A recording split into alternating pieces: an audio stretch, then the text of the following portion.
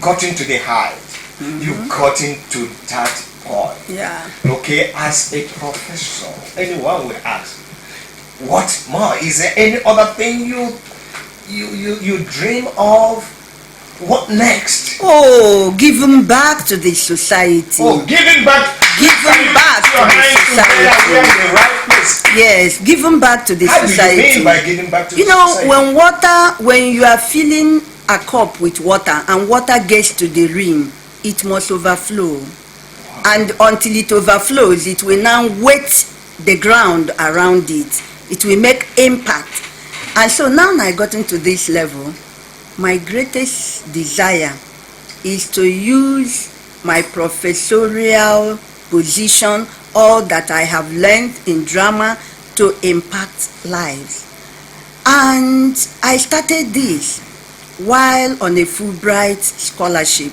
During my Fulbright program, there was this school of handicapped people. The people are mentally handicapped. Wow. And I was going there, we call it volunteer service. Okay, service. I was going there for a volunteer service. There I will use the resources of drama, songs, dance, music, to engage these mentally handicapped people. Exactly. And there something touched my deepest humanity. These people are mentally challenged, but they knew the time of my arrival. At that time, they would run to the door because there is like iron, the burglary. They will hold the burglary and they will be looking out for me. When they sighted me from far, they will start making one kind of noise and shaking the bars, and their teachers and their guidance will come out and they will say, oh, it's their drama person. So when I come, they will make noise. And what do? I will sing song for them. I will dance. I will hold their hands. Come and see their dance. That one concerns you. Yes. But the fact is that they are dancing. And they knew the time I would leave. Immediately that time reached, they will go and block the door. Oh, can you see? This is what we call affective. We are from the affective domain. How much you affect. They would go and block the door. It would take their teachers and their guidance to rescue me from them. So one day I was going home, I was saying, wow, so drama can have this kind of impact on people. And so when I came back, I started nursing the idea of drama therapy, using drama to heal people, to engage people, to bring back the joy of life in people. So that is it had been a torturous something to accomplish because of the challenges. I had to, although I'm a professor of theater, but I have to take courses as a drama therapist, or I work with a clinical psychologist, and there is this challenge of funds and all that. But despite everything, I must bring it to fruition with the help of God. Amen. I must bring it to fruition with the help of God. Amen. In 2020, I applied for Tedford grant. And my concept note, that is my proposal, was accepted. They said it's a very good research. Yes. And what is it? I wanted to use the resources of drama to bring back the joy of life to women who are traumatized by domestic violence. Okay, I plan to get them, those who are still grappling with the burden of domestic violence, to engage them, use their experiences to engage them, and see whether after everything they can unburden, they can be, their burden can be lifted, and they will enjoy the joy of life again.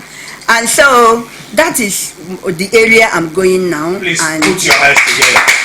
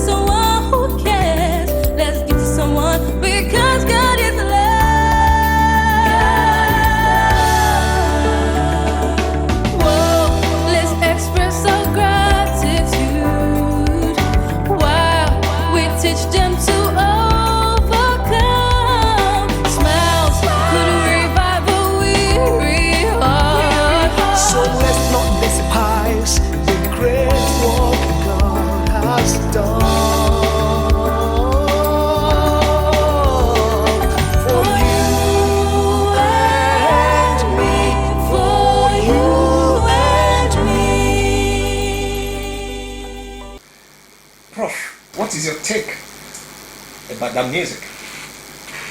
The music video. Yes. Well, I love it. I was smiling all through because of the lessons in there, and because it's very much related to our discussion. And I was particularly enthralled by the drama, using drama to convey the message in the video, and that is very nice. The young man went through a lot of challenges.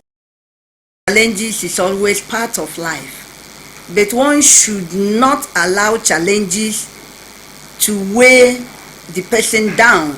You should use challenges as a stepping stone, and that was what the young man did. He had a lot of patience, he was persistent, he was determined. And I also noticed another important quality. If you are to get to the top meaningfully, in a way that is sustainable and beneficial to you and the society. I say this because there are many roads to the top. Yes, there are crooked ones, there are vicious ones, but there are good ones. You see, this thing they call virtue is very important. Virtue. Goodness, moral, virtue, yes, moral uprightness. Thank you. Despite that young man had no money, despite that young man was poor, he picked up a purse full of money, and the first thing that came to his mind was to look for the owner. And they searched for the owner, and they found a link to the owner, and they established the link and gave the owner back his money. Please, can you put your hands on? I'm not cutting you because since we've been having this program, no one, in fact, you have really shown that you are a performer, you are a writer, a playwright, a great one, because I have been hearing people talk about this. No one has been able to get to the point, to the thematic concern. Prof, continue. And so this young man was able to link the owner to his money. It is very sad that in our country today, an average Nigerian is a thief. Although stealing has been given many euphemistic names, and they call it this, being sharp, being smart, being this.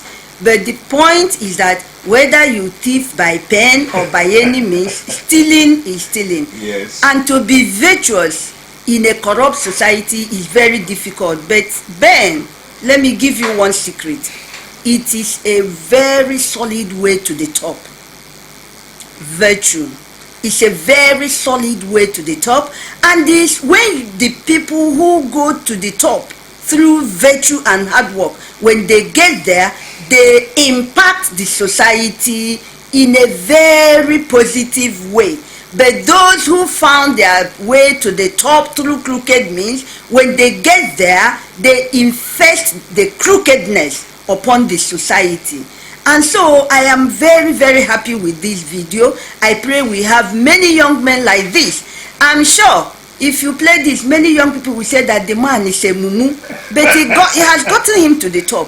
Like I told people who are around me, my children, the people I mentor, I say don't be jealous of any people's way of getting to the top. Just mind your own way. If you choose the virtuous and hard-working way, face it, it will get you to the top.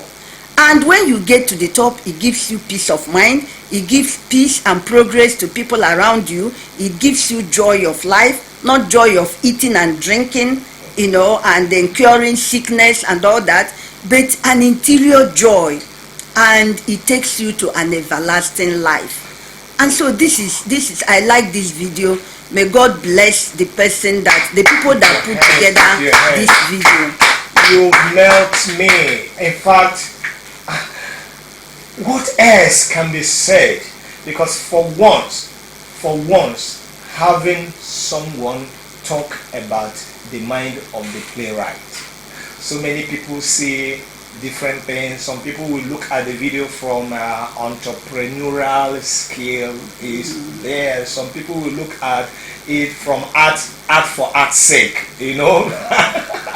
But the moral, that is actually the thematic concern. Yeah, it is the moral that linked him to all that. Otherwise, if he hadn't gotten that money, that check given to him, all his entrepreneurial skill would have been wasted. The way that many of our youth's entrepreneurial skill, you know, are being wasted in this nation. Part of going back us. to our discussion, what do you think government can do to encourage entrepreneurs? I don't know how to respond to that currently in our current situation, because if you listen to the radio and to the television, a lot of talking, a lot of drama, a lot of presentation, you know, you will think that the government is doing much. But when you interact with the youth, when you look around you, it will be as if nothing has happened.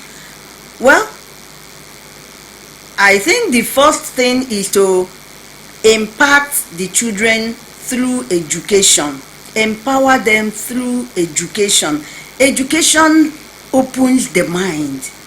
It blossoms the mind.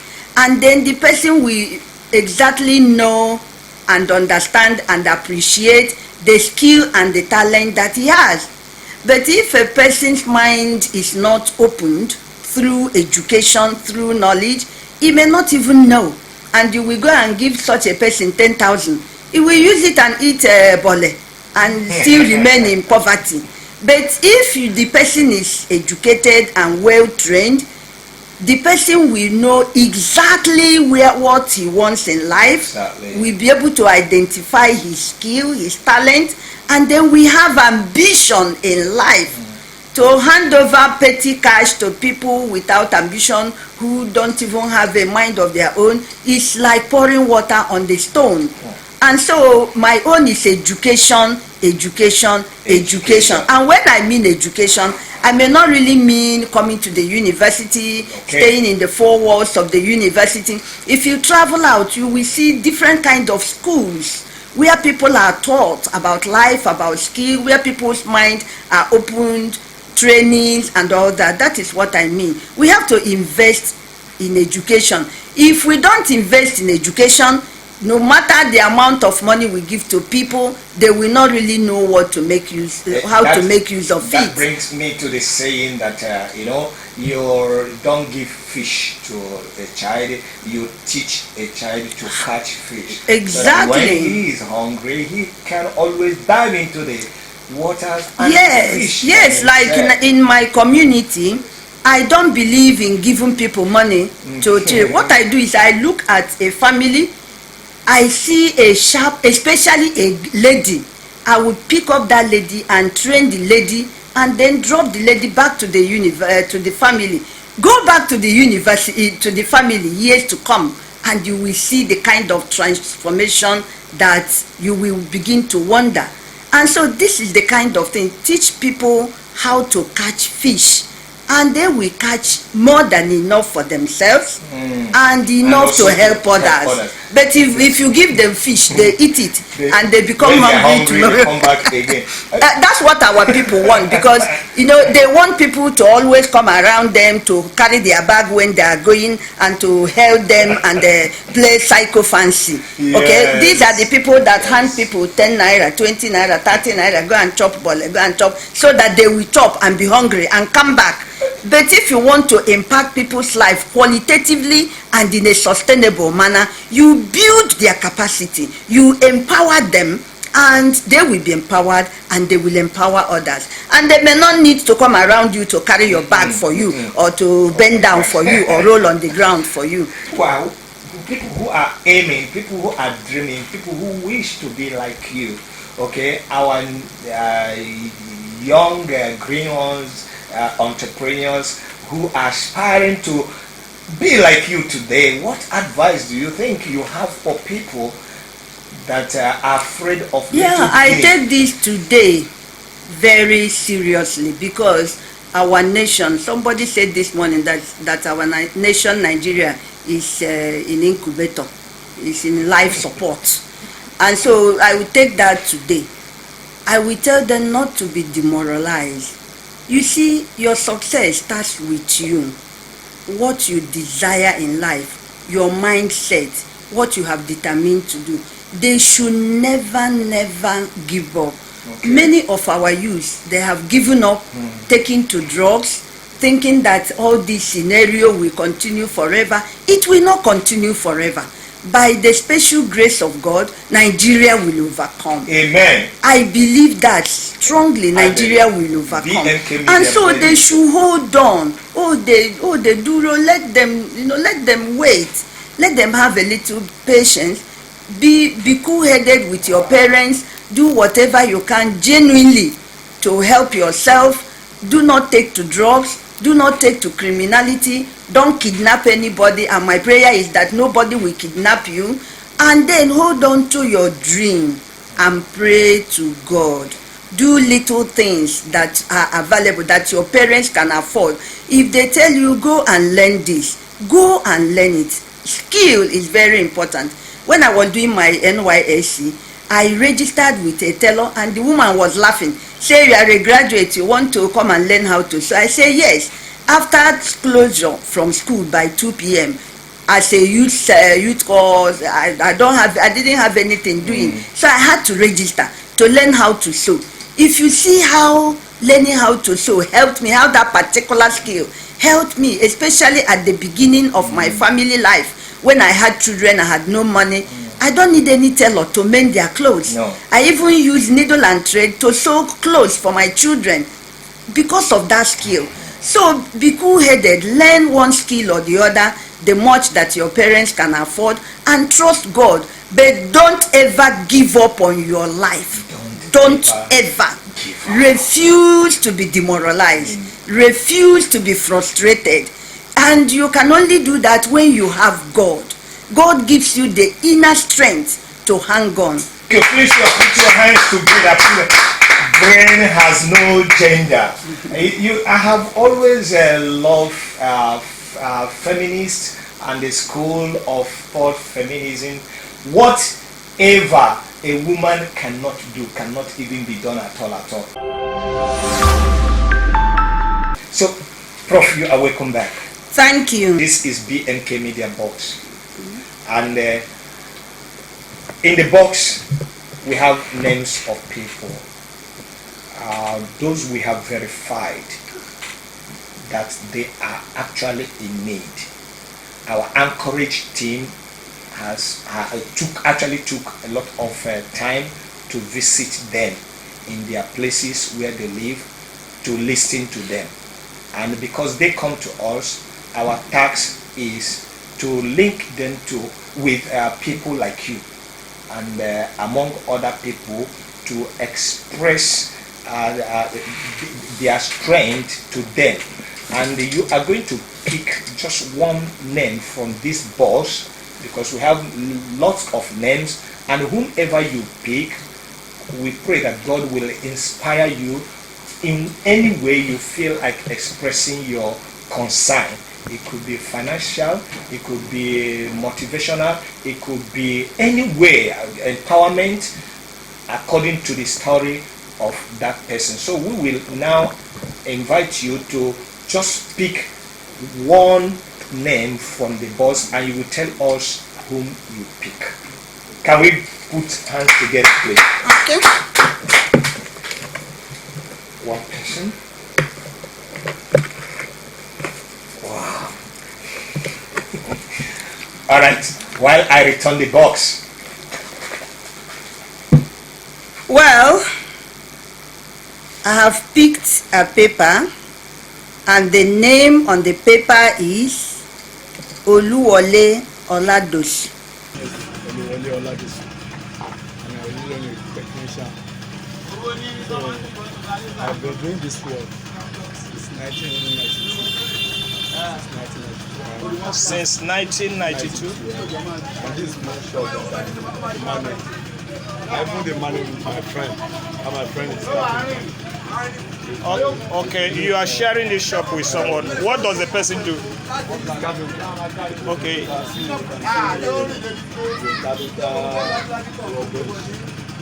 just managing. Since 1986. 86.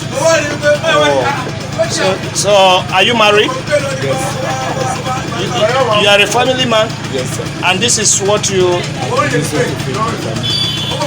So what do you actually need? Actually, what do you think this program can do for you? If I can see any lawyer or anybody that don't touch to help me, To help you to do what? to help me to get some or have a big market. I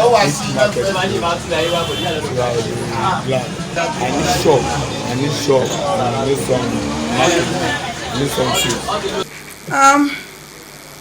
I think Mr. Oluwole Oladosun is a determined Nigerian. Despite his physical challenge, he's a technician, and the one that really touched me is that he's married, he has a family, and he says that it is the technical work he's doing in the shop that I think he's sharing the shop with a carpenter, and it's from there that he gets what he used to take care of his family. Okay, you know, when I was talking to you, I said there may be obstacles on the way, but you don't allow the obstacles to weigh you down.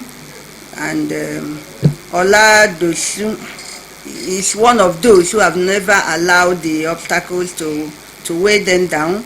I am very happy, and he's in need. I think he's in need, and just like many people, he say he needs shop and tools with which to work. But he has been doing the work since 1986. Basically, from the story, he is actually sharing the shop. The shop do not actually belong to him. He's sharing it with a shop owner, and I think if one gets in touch with him, we'll find out other useful information relating to, but from that discussion, he wants to be a shop owner, and that will allow people to get to identify with him as a radionic. Well, when I get in touch with him, I'm used to this kind of thing. The first thing is counseling, so that the person will really get what he needs and not what he wants. Sometimes what you want may not really be what you need.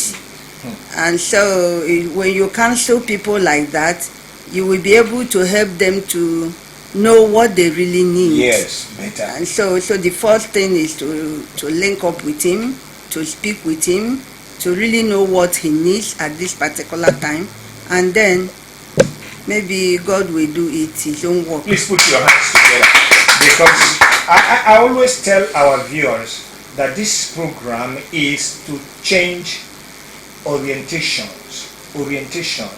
Perhaps someone may have been doing a particular thing, okay, wrongly over and over again and not getting results. That person needs some kind of counseling. That person, the first thing to ensure is to make sure that one asks some relevant question that will help proper counseling. And I think that is, you've gotten it right.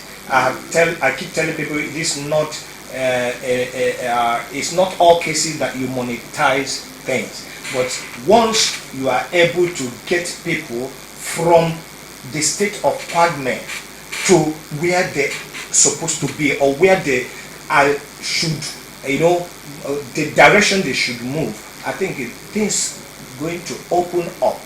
For instance, he said he has been in this business since 1986. Okay, so it calls for a lot of questions. No, but he's doing well. It's from that he was able to marry, to raise a family. Yes. I think he's trying.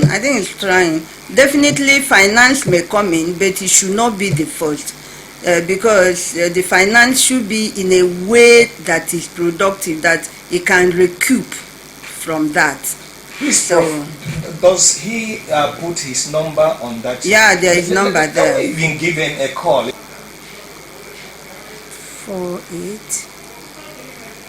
48770.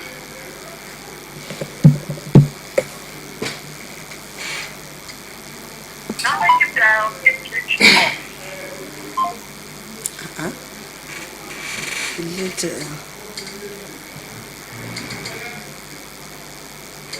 The number you dialed is switched off. Oh, okay. Oh, no. All right.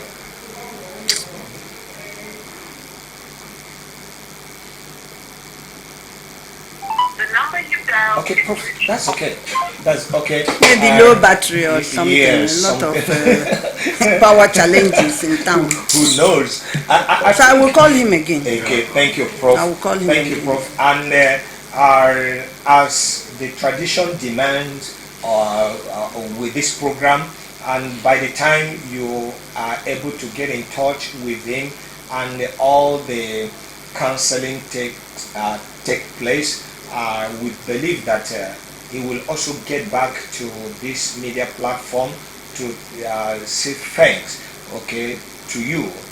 So we want to thank our wonderful crew members and our audience, those that have been following us anytime we invite them to be part of this program, at least to encourage, to cheer our wonderful guests through their support, their clapping, and we want to thank you, and they continue to do that. So one day God will also clap hand for you. We say a tumble for everyone. We say remain blessed, stay safe. Please keep the social distance as we say bye from now.